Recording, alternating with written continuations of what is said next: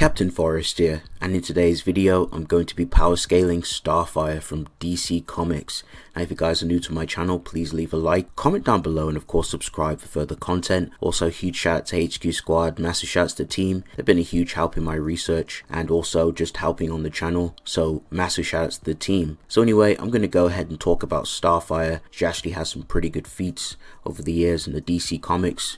So I'll go ahead and start off with one of the noteworthy feats that I remember from her time in post-crisis. We've seen Starfire go at it with a possessed Wonder Woman. This Wonder Woman notes that the attacks from Starfire was real good, implying she was not suppressed, and Envy, who was controlling Wonder Woman, even boasts about how strong Wonder Woman's powers are, and this very same Starfire takes attacks from her, and Starfire also blasts her with a Starbolt, which is pretty impressive. There was another occasion where Starfire does battle with Wonder Woman. This Wonder Woman was somewhat suppressed, but was forced to exert some more effort in the fight, and she even compliments Starfire. So that's some really good statements and some pretty decent scaling. Now another thing that comes to mind was the time where Starfire matched UV Sinestro, but did unfortunately come up short afterwards, but she did not get one shot in any capacity, and this is a very good endurance feat for Starfire nonetheless. Another impressive feat for Starfire was the time when she was literally pissed off. Her Starbolts were so powerful that it was affecting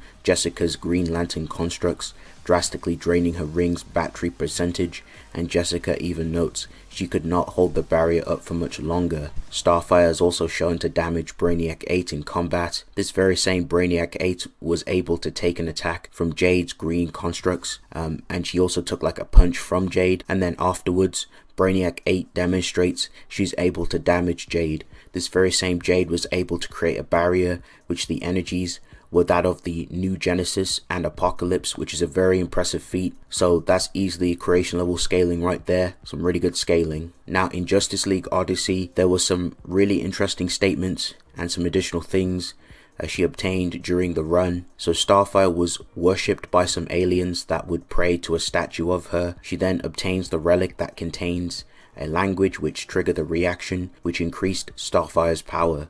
She could not control it at first, but eventually she gains control over this amplification of power from the multiverse key. Darkseid talked about a prophecy and that they were destined to be the champions of the multiverse. Starfire was essential to Darkseid's plan in restoring his true form and power again. Darkseid used her as the catalyst to restore Apocalypse. Darkseid even notes that Starfire is the spark and fire of creation, which is some serious statements.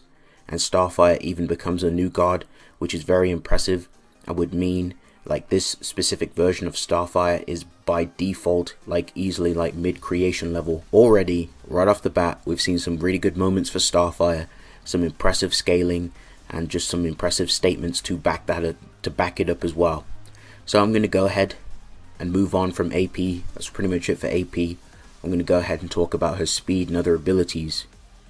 So Starfire can easily keep pace with Wonder Woman in combat. Wonder Woman herself has shown to keep pace with Superman before in combat. And of course Starfire was able to react to UV Sinestro, and UV Sinestro is fast enough to tag Superman himself. So some really good speed scaling right there. Alright, so I'm going to go ahead, talk a little bit about Starfire and her abilities.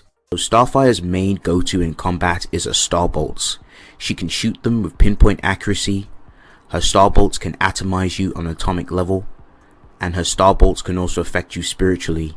Starfire has demonstrated to imbued her Starbolt energy inside her opponent's body, vaporizing their insides completely, and Starfire can create a giant area of effect with her Starbolt energy, and she can also flash fry her opponents with just her Starbolts alone. She's demonstrated to be able to also phase her hands into her opponents and vaporize them through other means as well. She's also demonstrated to use her Starbolts in many strategic ways and tactical ways, such as disarming some goons by blasting her Starbolts at their guns to make them drop them.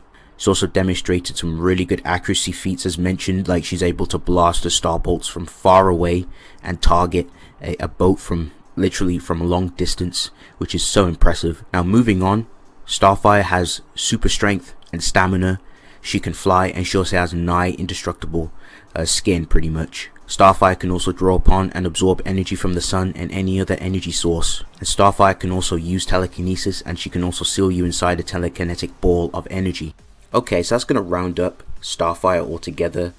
Ultimately, in terms of AP, she would range from at least Altiversal Plus, High Altiversal Plus, Boundless Plus, or easily Extraversal, or at least like baseline Extraversal, just like meeting the tier and its requirements, and based off the scaling from other characters and speed, it's just easily, you know, immeasurable to relevant. Some really good speed scaling for Starfire. Definitely the chain scaling is there to argue. So that's going to round up everything and this whole video. Thank you guys for watching. If you guys enjoyed this video, please remember to leave a like, comment down below, and of course subscribe for further content. But yes, it's been real. I'll see you guys in the next one. Peace.